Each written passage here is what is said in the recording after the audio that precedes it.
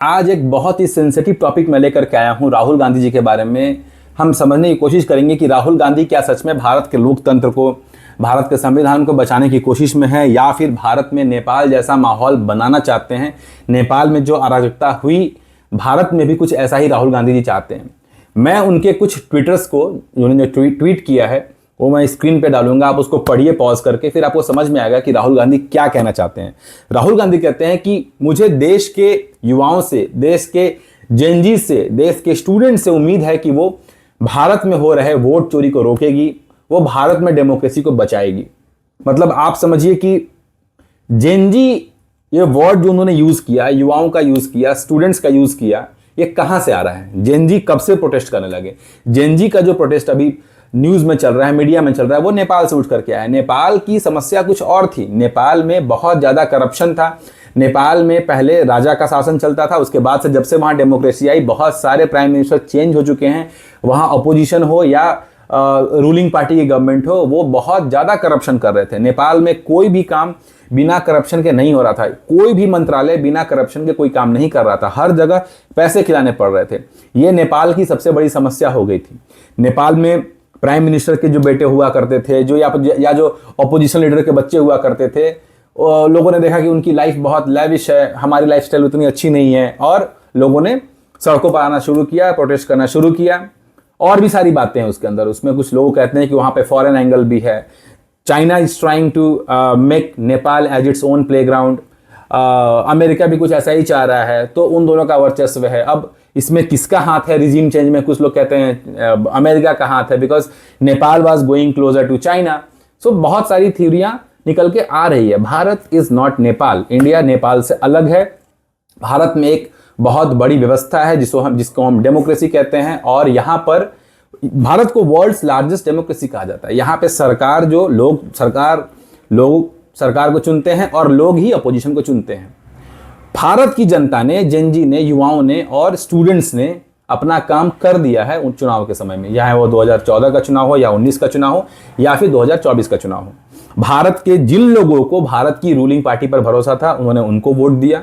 भारत के जिन लोगों को करंट रूलिंग पार्टी में अविश्वास था, उन्होंने आपको वोट दिया, मतलब अपोजिशन को वोट दिया। भारत के लोगों का काम यहां पे खत्म हो जाता है। फिर लोग अपने normal day to day life में बिजी हो जाते हैं। आपका काम है, अगर भारत में वोट चोरी हो रही है, भारत में election commission of India fair election नहीं कंडक्ट करवा पा रहा है, भारत में किसी भी तरह की आपको अगर दिख रही है कि सामाजिक समस्या है, इसका काम आपको है कि आप इसको हाईलाइट करेंगे और आप इसके ऊपर डिबेट करेंगे। राहुल गांधी बहुत बड़ा प्रेस कॉन्फ्रेंस करते हैं, लेकिन जब उनसे मीडिया में सवाल पूछा जाता है कि क्या आप सुप्रीम कोर्ट जाएंगे इस केस को लेकर के, राहुल गांधी कहते हैं this is not my job.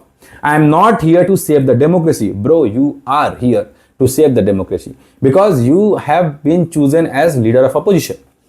जब भारत के प्राइम मिनिस्टर किसी भी विदेश कंट्री में जाते हैं, किसी भी बाहर के देशों में जाते हैं, वो उनका minute of the meeting record होता है और मीडिया में उसको रिलीज किया जाता है। एक प्रेस कॉन्फ्रेंस होती है मिनिस्ट्री ऑफ एक्सटर्नल अफेयर्स की तरफ से, और कुछ प्रोमिनेंट मिनिस्टर्स उनके साथ जाते हैं, मीडिया हाउस उनके साथ जाता है। क्या डील हुई, ये भी कभी कभी ओपन डोमेन में आता है।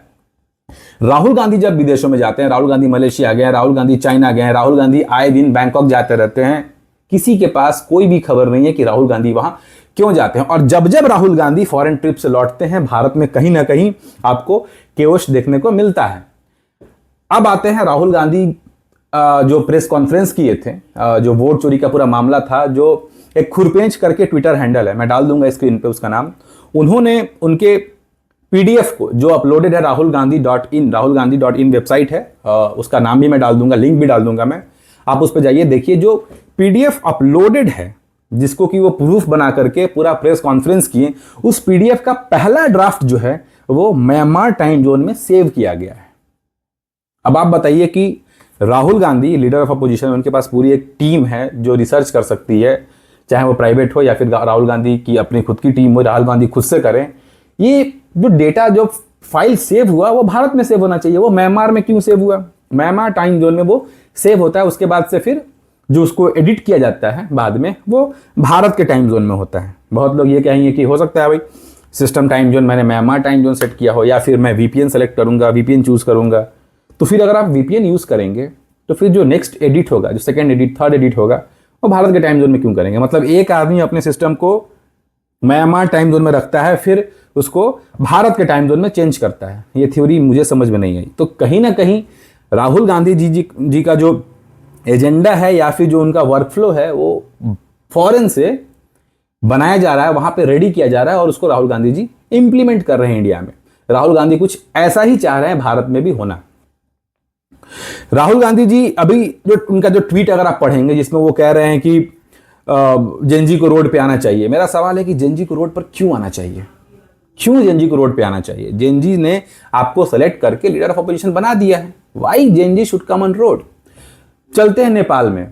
नेपाल में क्या हुआ? नेपाल में करप्शन था, नेपाल में हर जगह रिश्वतखोरी चल रही थी, नेपाल के लोग जो हैं वो सड़कों पर आ गए थे। उसके बाद क्या होता है कि वो लोगों ने प्रोटेस्ट शुरू किया, वहां की गवर्नमेंट ने सोशल मीडिया पे बैन लगा दिए, फिर बाद में वहां के सिटिंग प्राइम मिनिस्टर ने रिजाइन भी दे दिया। अब बताइए, आपका जब ऑब्जेक्टिव अचीव हो जाता है फिर आप क्यों प्रोटेस्ट करेंगे? आपका जब ऑब्जेक्टिव अचीव हो गया, प्राइम मिनिस्टर ने रिजाइन कर दिया, सोशल मीडिया पर जो बैन लगे थे उनको हटा दिया गया, फिर भी वहां के लोगों ने, प्रोटेस्टर्स ने, सो कॉल्ड प्रोटेस्टर्स ने पार्लियामेंट हाउस को जला दिया, प्राइम मिनिस्टर के घर को जला दिया और एक्स प्राइम मिनिस्टर की वाइफ को आग में झोंक दिया। मतलब आप सोचिए, क्या जेनजी ऐसा करेंगे? मेरे कॉन्टेक्ट में भी काफ़ी ज़्यादा जेनजी हैं जिनके साथ मैं काम करता हूं, मेरे मित्र हैं। They are strictly against non violence. मुझे साफ साफ दिख रहा है यहाँ पे कि जो प्रोटेस्टर्स थे उन प्रोटेस्टर्स के भीड़ में फॉरेन एलिमेंट्स भी थे जिनका ये टारगेट था नेपाल में रिजीम को चेंज करना, which already happened. Prime minister of Nepal has already resigned. Still इतना बड़ा केओस नेपाल में क्यों क्रिएट किया गया? चलते हैं थोड़ा पीछे, बांग्लादेश में क्या हुआ। शेख हसीना का जो इंक्लिनेशन था वो भारत की तरफ थोड़ा ज्यादा झुका हुआ था और वो फ्री में नहीं था। भारत की सरकार बांग्लादेश की सरकार के साथ ट्रेड करती थी, हम ज्यादा इंपोर्ट करते थे, हमारा एक्सपोर्ट कम था बांग्लादेश से। फिर भी वहां के जनता ने विरोध किया और वहां पे रिजीम चेंज हो गया। कुछ लोग ये कहते हैं कि अमेरिका जो है बांग्लादेश में अपना एयरबेस स्थापित करना चाहता था और भी बहुत सारी बातें थी। अमेरिका चाह रहा था कैसे भी करके चाइना के बगल में अमेरिका का एक बेस हो, अमेरिकन ट्रूप्स वहां पे हो, और तब की शेख हसीना की गवर्नमेंट जो थी इसके लिए राजी नहीं थी और वहां पे रिजीम चेंज हो जाता है। श्रीलंका में भी कुछ ऐसा ही हुआ, पाकिस्तान में भी कुछ ऐसा ही होता है। वहां पे इमरान खान जो है, he was talking sensible things when he was prime minister. He used to say that India is fighting for its own people. India is buying Russian oil. When he was prime minister, he was talking this type of stuff. America को यह पसंद नहीं आया और इमरान खान को सत्ता से हटा दिया गया, उसको जेल भेज दिया गया। मैं आपको वादा के साथ कह सकता हूं, I am not wishing for that, but Imran Khan will die in jail. He will never come back, he will never be able to fight election in Pakistan. अब आते हैं अपने देश के मुद्दे पे। क्या सच में राहुल गांधी ऐसी कुछ व्यवस्था चाहते हैं? बिहार में जब वो वोट चोरी को लेकर के अपनी कैंपेनिंग कर रहे थे, वो ओपन जीप में घूम रहे थे, बिहार के अलग अलग जिलों में जा रहे थे, जाकर के लोगों से बात कर रहे थे, वहां पे वो क्या कर रहे हैं? वोट चोर गद्दी छोर। मतलब आप बताइए, वोट चोर तक तो ठीक था, गद्दी छोर ये नैरेटिव कहां से आया? मतलब गद्दी कोई क्यों छोड़ेगा भारत में? भारत में हर 5 वर्ष में इलेक्शन होता है। लोग अगर सरकार के परफॉर्मेंस से खुश हैं उनको वोट करते हैं, अगर लोग ना खुश हैं लोग अपोजिशन को वोट करते हैं। That is a simple process.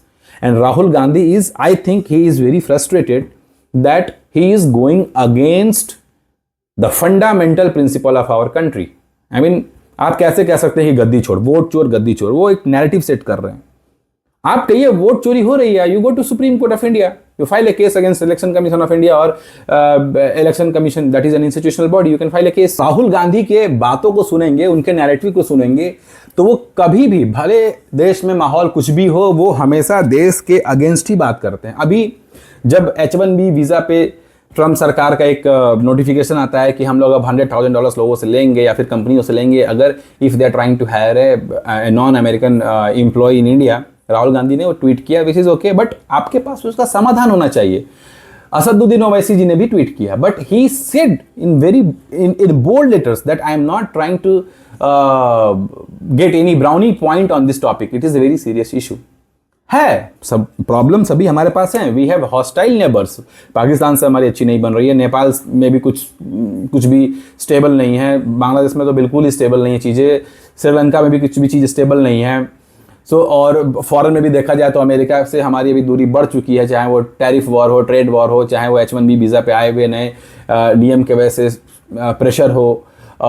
China से हमारी कभी नहीं बनी, हमारे साथ रशिया इंडिया का जो रिलेशनशिप है वो टोटली गिव एंड टेक पे चलता है। हम रशियन ऑयल बाई करते हैं, we are buying Russian defence equipments. तो टॉपिक्स हैं हमारे पास एंड हमारे पास समस्या है, आप उन पे बात कीजिए।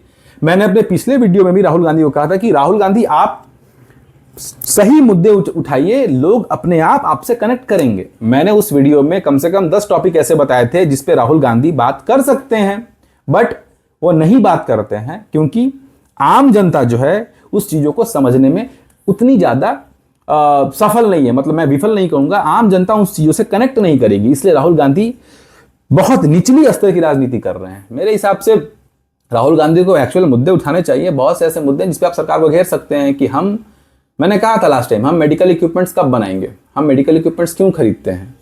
मैंने राहुल गांधी को कहा था कि आप एक टॉपिक पे पूछिए कि भारत अपना जेट इंजन कब बनाएगा, हम आज भी टोटली फॉरेन डिपेंडेंट है। इन सब टॉपिक्स पर राहुल गांधी को बात करना चाहिए, लेकिन राहुल गांधी नहीं। Rahul Gandhi is trying to create a chaos in the country. आप क्या सोचते हैं कमेंट जरूर कीजिएगा। राहुल गांधी की जो स्ट्रेटजी है सच में भारत के हित में है या भारत के अगेंस्ट है? क्या राहुल गांधी सच में भारत के बारे में सोचते हैं या अपने बारे में सोचते हैं? क्या राहुल गांधी बहुत ज्यादा फ्रस्ट्रेट हो गए हैं?